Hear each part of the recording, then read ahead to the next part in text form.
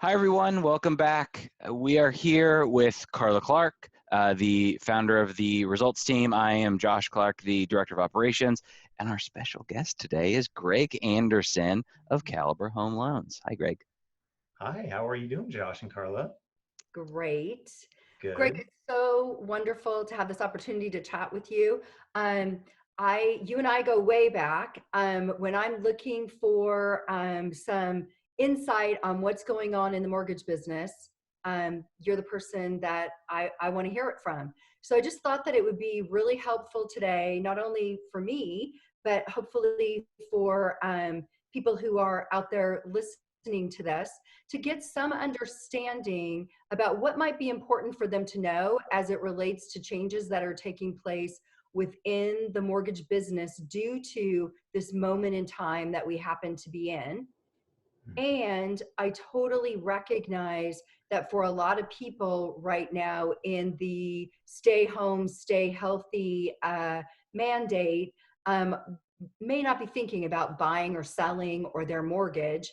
But at the same time, dependent upon how this plays out, I'd like to be offering some resources and having some proactive conversations about some things that they may want to know to put their mind at ease as we move through this. So thanks for your time today.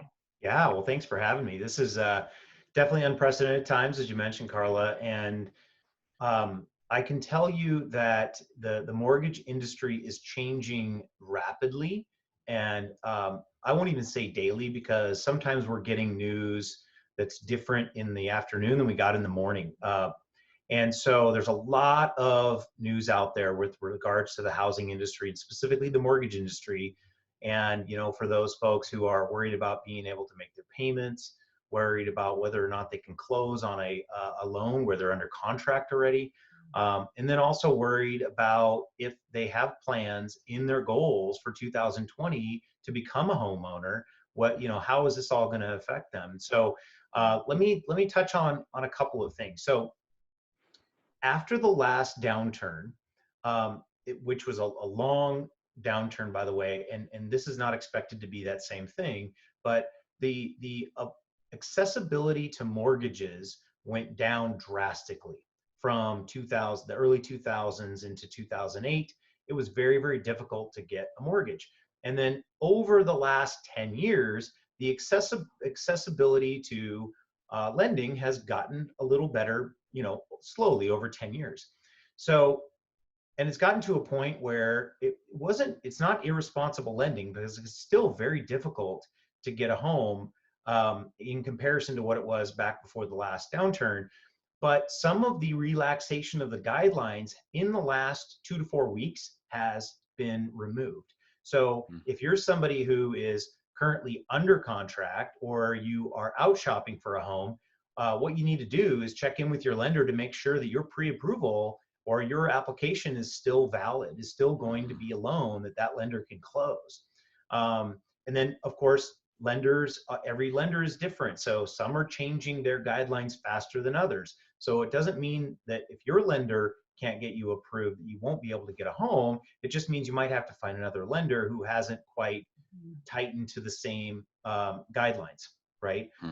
We call that a save a deal on our end. So where people will call us and they'll say, hey, we were, pre-approved with XYZ mortgage company, and they're telling us they can't do it. Can you do it? And a lot of times what we do is we're able to find a solution for that.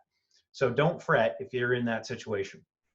The other thing is for people who are looking to purchase in the future. Okay, you may have been told by your friends, hey, I got this loan. My credit score was this, and I was still able to get a loan. I was able to get a 0 down loan. There's all kinds of things that get bantered about around the office and the Thanksgiving table about what people are able to do. And I would say that definitely check with a lender to hear it from the horse's mouth, because that loan that your cousin or your friend or your coworker got even a month ago might not be available today. And we want to make sure that if your plan is to buy, say, in the summer or in the fall, that you are in a place where you can meet that goal of yours, right? And it may be as easy as sitting down with you, looking at your credit report to make sure that you have things in line to where you can qualify. And if you don't, if you wait until you're ready to buy and we pull your credit and you have some work to do, then that's going to delay your goal. So I Right. think it's actually a good time to be talking to lenders from that standpoint. So even if I've been pre-approved, I've got a pre-approval letter and I'm out actively shopping, that would be a good use of 10 or 15 minutes is to check in with my lender and have a conversation about my file to be sure that. Absolutely. Yeah. Just nothing more than just, hey, just checking to make sure that my pre-approval is still good. Mm-hmm. Okay. And Thank you. it seems like now more than ever, it would really behoove someone to find a lender who is a real like fiduciary guide, like a true advisor, as opposed to someone who's just going to take an application and say yes or no, right? You really need someone who can keep you up to date, who can keep you really to have your long-term goals in mind as things are changing so often. Yeah, absolutely. It's the same as the real estate, right? Anybody can open a door to a home, right? Mm-hmm. But not everybody is going to guide you in the right direction to make sure that the home you're purchasing is right for your family and that you're getting a fair deal on that home and you're taken care of, right? So it's the same thing on the lending side of, now in this day and age where people can literally apply for a loan on their phone and get a pre-approval letter spit back to them. What most consumers don't understand is all of those loans still have to be underwritten by a human.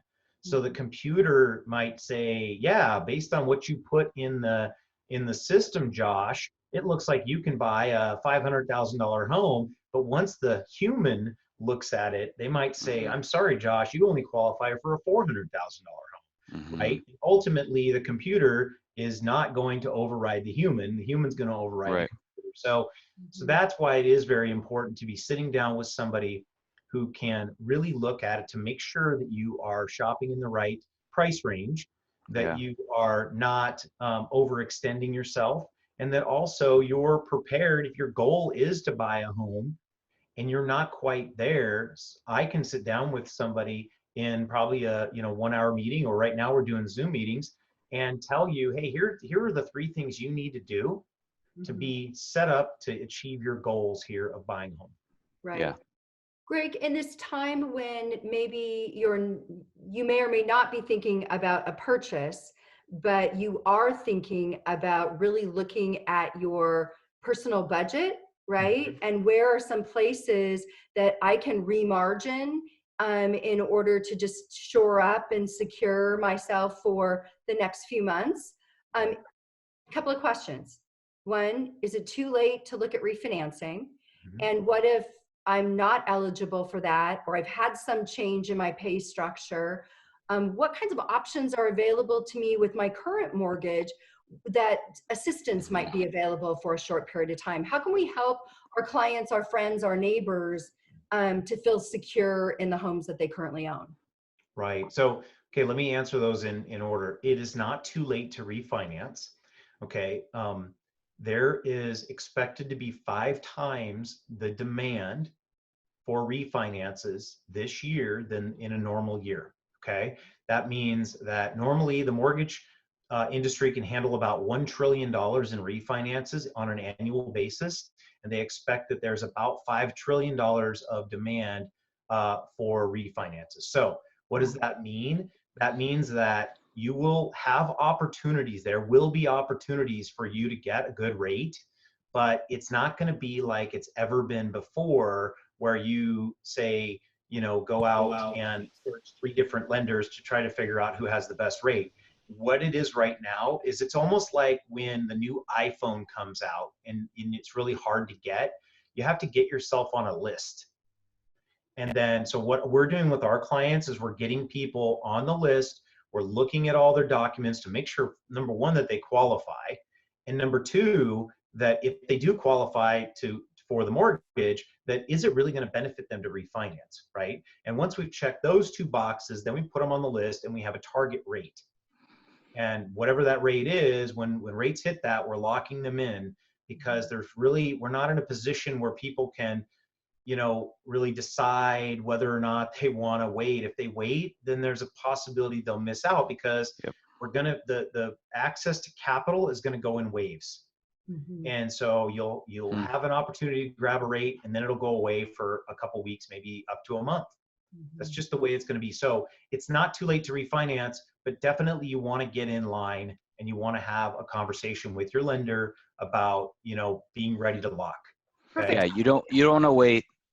You don't want to wait until you read on a headline of the newspaper that rates are historic lows to Yes, initiate the conversation. Yeah. absolutely. Because what's happening is the media is missing the boat on this every single day.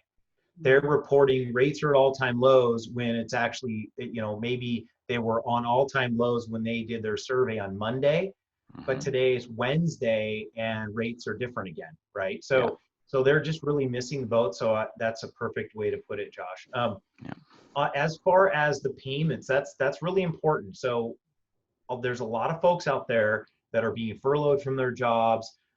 They're unemployed in some cases. I'm hearing people that they've had to take 50% income decrease in this type of a situation right now. So if you can't make your payment, there are going to be options available to you. And what you need to do is you need to call your servicer. So the company that you make your payments to every single month, and they are going to handle those. So at Caliber Home Loans, we service about 3/4 of a billion loans. Okay, and so that's a lot of loans. Or sorry, 3/4 of $1 billion in loans. And so like there's a lot of loans out there that are going to going to be impacted by people getting cut down from their employment and their income, right? So what you need to do is you need to figure out what's out there. Now, there's a term called forbearance that a lot of people are throwing around right now. What forbearance is basically it's like when you go to buy let's say you go to buy a refrigerator, and the Home Depot is running a special that says you can buy this refrigerator and not make payments for 6 months, right? Hmm. So that's great. You don't have to make payments for 6 months, but at the end of that 6 months, you have to pay that entire balance. It's due at that point. That's what forbearance means. Okay. So what you have to be careful of is that you don't, stop making your payments for 2, 3, 4, 6 months, and then end up finding out you have this huge lump sum Hmm. to pay off at that point in time. Because behind the scenes, there's an investor behind every single mortgage, and that investor needs to get paid as well, right? So it's not just the Wizard of Oz that's back there behind the curtain that is holding these loans. These people that have purchased these loans, or these entities that have purchased these loans, they need to get that payment to be able to operate their business or Hmm. fund their retirement or whatever. Yeah. So you just have to be very, very careful. I'm not saying that, don't do it. I'm saying absolutely look into it. If you need it, look into it.